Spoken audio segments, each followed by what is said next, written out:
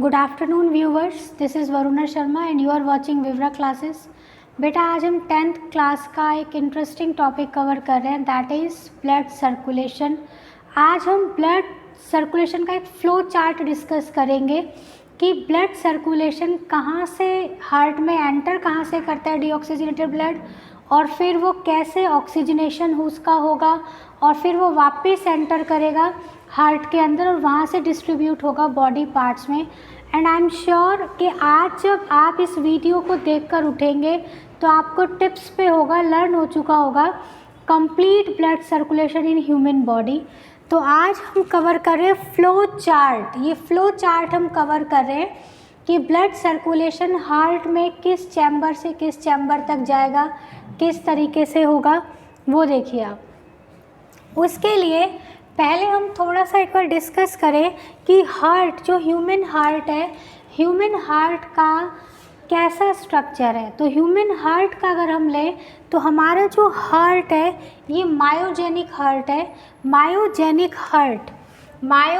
Heart का मतलब कि ये जो this type of heart works according to the muscular contraction. और हार्ट के अंदर जो मसल्स यूज़ हो रहे हैं वो है cardiac muscles. Cardiac muscles present होते हैं हार्ट में, जो रेगुलर कॉन्ट्रैक्ट और रिलैक्सेशन मूवमेंट करते रहते हैं और उनके कॉन्ट्रैक्शन और रिलैक्सेशन से मेंटेन रहता है रेगुलर हार्ट बीटिंग। फाइन। अब देखिए ये जो हम हार्ट ले रहे हैं, हार्ट का अगर हम डायग्राम के अकॉर्डिंग लें, बायोलॉजिकली अगर हम लें तो हार्ट जो ह्यूमन हार्ट है, ह्यूमन हार्ट में 4 चैम्बर्स हैं। ह्यूमन हार्ट में जो चैम्बर्स हैं वो 4 चैम्बर्स हैं। ये जो है चैम्बर्स में डिवाइडेड है, 2 upper chambers and 2 lower chambers. 2 upper chambers हैं, 2 लोअर चैम्बर्स हैं, and upper chambers are again divided into left and right atria. Singular term is atrium and plural is atria or auricles. Same, lower chambers are again divided into left and right ventricles. Fine. atria को हम A से और ventricle को हम V से denote करेंगे। तो देखिए इस फ्लो चार्ट में, ये फ्लो चार्ट मैंने बनाया है, इस फ्लो चार्ट में आप देखिए these 2 upper chambers are atria और auricle and these 2 lower chambers are ventricles. ये दोनों वेंट्रिकल्स हैं। अब देखिए यहाँ पर आप देख सकते हैं एट्रिया दोनों छोटे हैं और वेंट्रिकल्स जो हैं वो लार्जर चैम्बर्स हैं। तो ये ध्यान रखेंगे, आप नोट करते जाएं। Atria are smaller in size and ventricles are larger in size, और we can say volume of atria is less than the volume of ventricles. Fine. ये तो हो गया upper chamber and lower chamber. अब एक बात और हम देखें, this is the right side of heart, right auricle and right ventricle, and this is the left side of heart, left auricle and left ventricle. Volume of left side of heart is less than the volume of right side chambers. Fine. तो फिर से एक बार देखो, atria छोटे होते हैं ventricle से, और लेफ्ट साइड कि जो दोनों चैम्बर्स हैं इनका वॉल्यूम कम होगा in comparison to right chambers. Clear. तो ये हो गया राइट ऑरिकल, राइट ऑरिकल के नीचे राइट वेंट्रिकल। इसी तरीके से ये हो गया लेफ्ट ऑरिकल और लेफ्ट ऑरिकल के नीचे लेफ्ट वेंट्रिकल। ये दोनों ऑरिकल या एट्रिया सेपरेट हो रहे हैं एक इस वॉल से, ये wall. This is inter atrial septum. Inter मतलब 2 एट्रिया के बीच में जो वॉल है that is inter atrial septum. Same आप देखिए ये दोनों वेंट्रिकल्स के बीच में ये वॉल है, तो this is inter ventricular septum. Fine. अब देखिए यहाँ पर भी आप वॉल देख रहे हैं, ये वॉल, ये वाली जो वॉल है ये आप देखिए, ये देख रहे हैं आप, ये वॉल, ये है एट्रिया और वेंट्रिकल के बीच में ये वॉल है, सेप्टम है। तो this is known as atrioventricular septum. This is atrioventricular septum.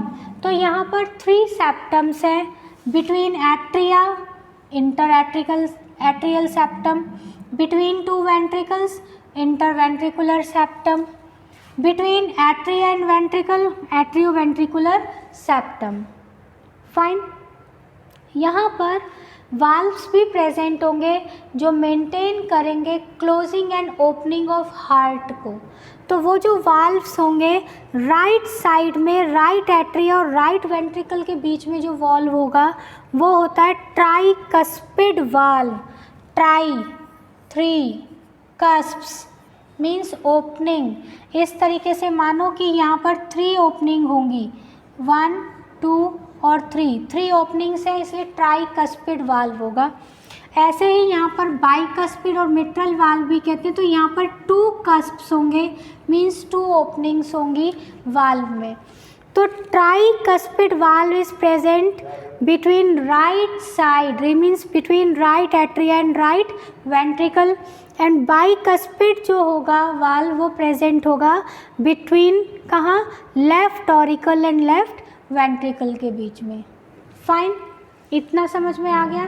साथ साथ सेमीलूनर वाल्व्स होंगे जो पेरिफ्री पर प्रेजेंट होंगे, उनका काम होगा आर्टरीज और वेन्स की ओपनिंग क्लोजिंग के लिए। क्लियर। अब देखिए कि ब्लड कहाँ से आएगा कहाँ जाएगा। अभी तो हमने चैम्बर्स की बात की है, इनके वॉल्यूम्स की बात की है। साथ साथ हाँ एक पॉइंट और आप देखिए कि आप देख रहे हैं कि वेंट्रिकल्स की जो वॉल है देखिए थिक है, थिक वॉल है, कितनी थिक है, जबकि ऑरिकल्स की जो वॉल है वो इसके कंपैरिजन में थिन वॉल है। क्या है कि जब प्रेशर के साथ इन वाल्व से प्रेशर के साथ ब्लड आएगा तो वो उस प्रेशर को इजीली टॉलरेट कर सके वेंट्रिकल की वॉल। इसीलिए बाय नेचर ही कुछ ऐसा है कि वेंट्रिकल्स की वॉल थिक होती हैं ताकि आसानी से उस प्रेशर को इजीली टॉलरेट कर सके। अब देखिए क्या होता है कि हमारी बॉडी में 2 सबसे बड़ी वेन्स हैं, एक जिनको हम वेना कावा कहेंगे, 2 है सबसे बड़ी, एक है सुपीरियर वेना कावा और एक है इन्फीरियर वेना कावा। ये जो सुपीरियर वेना कावा है, अब क्योंकि वेना कावा है वेन्स है और वेन्स का कैरेक्टरिस्टिक है दे कैरीज डीऑक्सीजनेटेड ब्लड, तो ये भी डीऑक्सीजनेटेड ब्लड कैरी कर रहे हैं। मीन्स ब्लड में कार्बन डाइऑक्साइड का परसेंटेज ज़्यादा होगा और ऑक्सीजन का परसेंटेज कम होगा। तो क्या होगा कि जो सुपीरियर वेना कावा है बॉडी के वेंट्रल पार्ट हमारा ये अगला फ्रंट पार्ट, यहाँ के जितने भी ऑर्गन हैं उनसे सारा डीऑक्सीजनेटेड ब्लड लेंगे, कलेक्ट करेंगे और वो ब्लड किस में आ जाएगा, सुपीरियर वेना कावा में, और वो दे देंगे किसको, राइट एट्रियम को। किसको देंगे, राइट एट्रियम को देंगे। इसी तरीके से इन्फीरियर जो वेना कावा है वो बॉडी के dorsal means posterior back side से सारा डीऑक्सीजनेटेड ब्लड इकट्ठा करेंगे और ये भी किसको दे देंगे, राइट ऑरिकल को।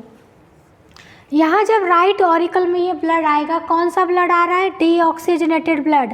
ये डीऑक्सीजनेटेड ब्लड जब जैसे ही यहाँ पर एंटर करेगा प्रेशर एक्सर्ट होगा इस वॉल के ऊपर, साथ साथ जैसे ही प्रेशर एक्सर्ट होगा और यहाँ पर क्या होता है, राइट साइड में राइट ऑरिकल के राइट अपर राइट साइड पर एक जो है न्यूरल रिफ्लेक्सेस को, न्यूरल इम्पल्सिस को, या हम कह सकते हैं एक टिश्यू प्रेजेंट होता है जो इलेक्ट्रिकल इम्पल्सिस क्रिएट करता है, जिसको कहते हैं पेस मेकर या cyano atrial node, that is SA node.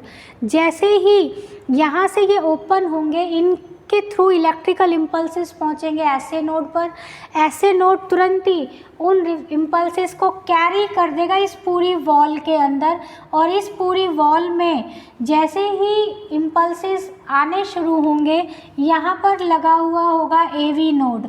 Atrioventricular node, ये इसको रिसीव करेगा, ये क्रिएट करेगा इम्पल्सिस को, ये रिसीव करेगा और इसकी वजह से इस पूरे वॉल में जो है इम्पल्सिस जो क्रिएट होंगे और ये वाल्व एक खुल जाएगा, ये वो जो वाल्व होगा जो बंद है एकदम से खुलेगा और डीऑक्सीजनेटेड ब्लड एंटर हो जाएगा राइट वेंट्रिकल में।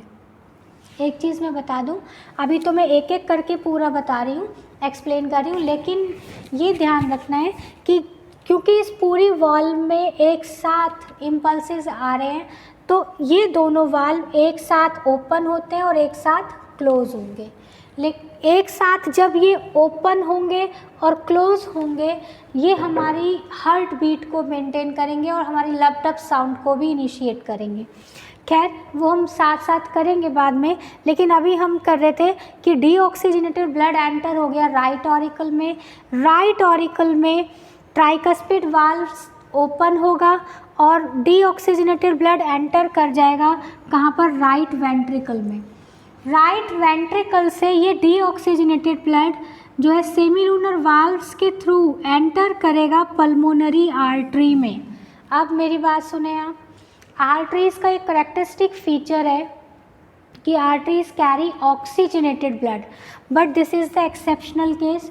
Pulmonary artery exceptionally deoxygenated blood carry कर रहे हैं। ये 1 मार्क्स के लिए बड़ा इंपॉर्टेंट क्वेश्चन भी है कि जितनी भी आर्टरीज हैं वो ऑक्सीजनेटेड ब्लड कैरी कर रहे हैं, बट वो कौन सी आर्टरी है जो वो कौन सी आर्टरी है जो डीऑक्सीजनेटेड ब्लड कैरी कर रही है, तो आंसर होगा पल्मोनरी आर्टरी।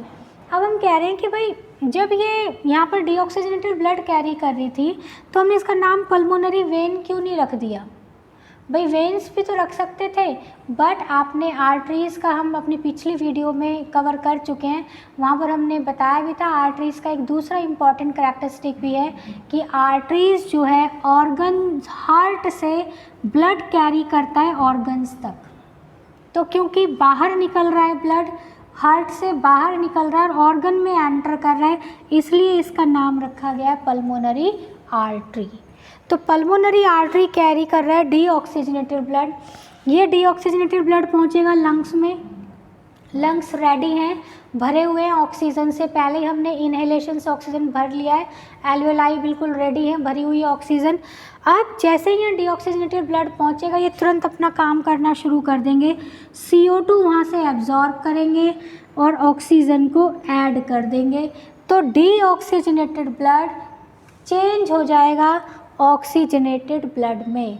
फाइन, अब यहाँ से ये ऑक्सीजनेटेड ब्लड पल्मोनरी वेन के थ्रू जाएगा लेफ्ट ऑरिकल में। फिर वही बात आ गई कि वेन्स तो डीऑक्सीजनेटेड ब्लड कैरी करते हैं, लेकिन ये एक्सेप्शनली ऐसी वेन है जो ऑक्सीजनेटेड ब्लड कैरी कर रहे हैं। अगर पूछे कि भाई इसका नाम हम वेन क्यों रख रहे हैं, आर्टरी क्यों नहीं रखा, सीधा सा जवाब है कि यहाँ पर हमने करैक्टरिस्टिक जो लिया है वो ये कि ये ऑर्गन टू हार्ट लेकर जा रही है ब्लड को, और ऑर्गन टू हार्ट लेकर जाते हैं वेन्स, इसीलिए हमने इनको नाम रखा है पल्मोनरी वेन, और सेम इसी करैक्टरिस्टिक के बेस पर हमने इसका नाम रखा पल्मोनरी आर्टरी।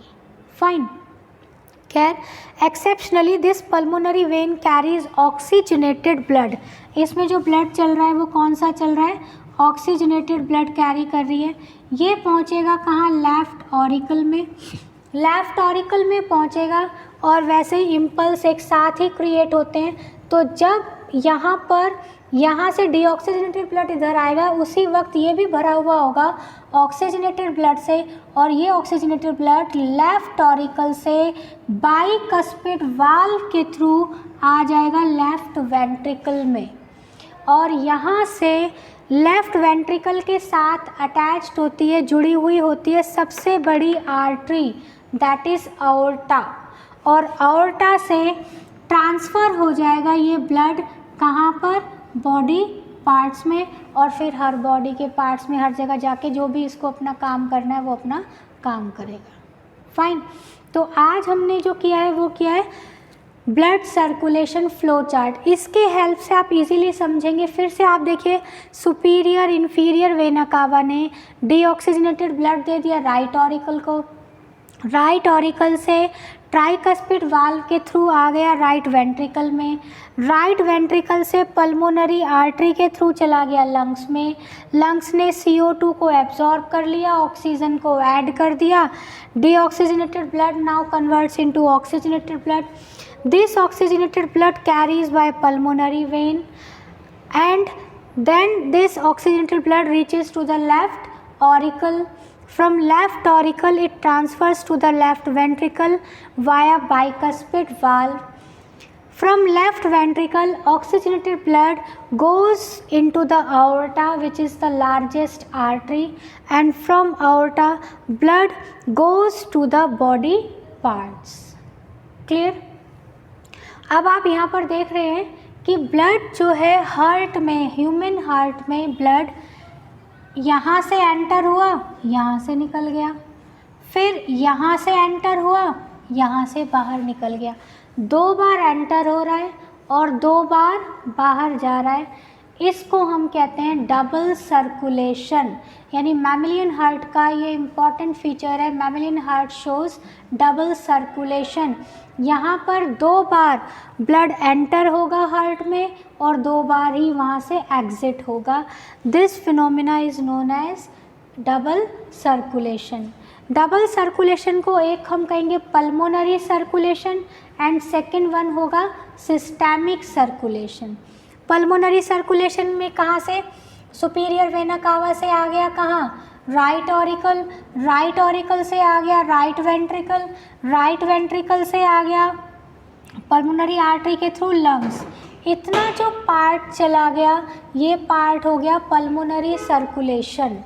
और इसके बाद सेकंड होगा सिस्टेमिक सर्कुलेशन, जिसमें लेफ्ट ऑरिकल से लेफ्ट वेंट्रिकल से आओर्टा, आओर्टा से बॉडी पार्ट्स और बॉडी पार्ट से वापस कहाँ आएगा, सुपीरियर इंफीरियर वेना कावा. वो क्या होगा, सिस्टेमिक सर्कुलेशन. तो हमारी बॉडी में जो ब्लड सर्कुलेशन है वो डबल सर्कुलेशन है. First is pulmonary circulation, second होगा systemic circulation. Fine, please take a screenshot बेटा. विवरा क्लासेस को सब्सक्राइब करना ना भूलें.